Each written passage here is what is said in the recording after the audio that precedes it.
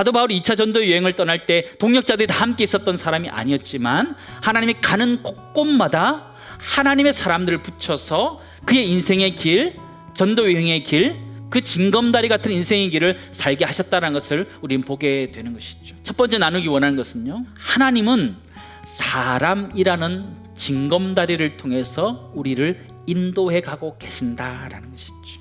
오늘 사도 바울은 귀한 사람들 만나는데 아굴라와 브리스길라라는 사람을 만나게 됩니다. 사도 바울이 복음을 전하는 데 있어서 그가 잘 전할 수 있도록 목숨 걸고 도왔던 사람이다라고 사도 바울이 고백하는 거예요. 얼마나 중요한 사람을 만난 거예요. 그러나 아굴라 브리스길라의 그 인생은 평탄한 삶은 아니었어요. 그들의 고향이었던 본도를 완전히 떠나서 로마로 갔던 사람들이에요. 근데 로마에서 로마 시민권이 없다는 것 때문에 추방되어서 고린도로 도망와 있었던 사람들이었어요. 근데 그때 사도 바울을 만나게 되는 거예요. 천막만들이를 하기 때문에 같이 있었다. 얼마나 같이 있었냐 보니까 1년 6개월 동안 상당히 오랜 기간 함께 그곳에 있었습니다. 하나님 사도 바울을 통해서 1년 6개월 동안 끊임없이 회당에서 복음을 가르치는 역할을 했고요. 바울 서신 중에 가장 길다고 이야기할 수 있는 고린도 전서와 고린도 후서를 쓰게 되는 계기가 여기서 생기게 되는 것입니다.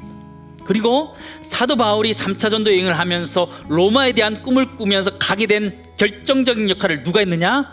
아굴라가 했다라고 볼 수 있는 거예요. 그곳에 살았기 때문에. 그렇게 본다면 아굴라의 삶을 그냥 보면 너무나 안타까운 삶이지만 하나님의 관점에서 보면 이 아굴라의 삶을 하나님이 쓰고 계시다는 것을 우리가 명확하게 알 수 있다는 거예요. 그것을 하나님의 섭리다 이렇게 이해하는 것이죠. 때는 우리 인생 가운데 보이지 않고 어려워 보여도 우리가 살아갈 수 있는 이유가 무엇이냐? 하나님의 섭리가 있기 때문이라는 것이죠.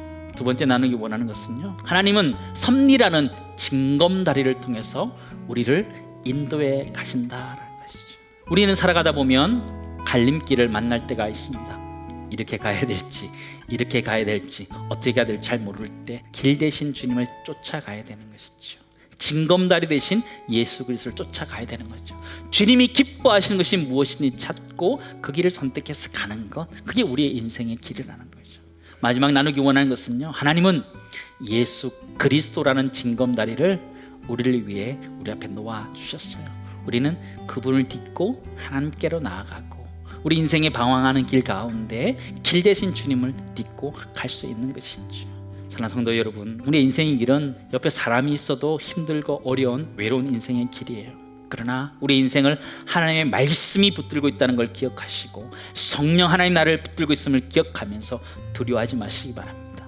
하나님이 때가 되면 하나님 사람이라는 징검다리를 놓아주시고 하나님 섭리라는 징검다리를 놓아주시고 또 온전한 징검다리인 예수 그리스도를 통해서 길 대신 그 주님을 쫓아갈 수 있도록 만들어 주실 줄 믿습니다.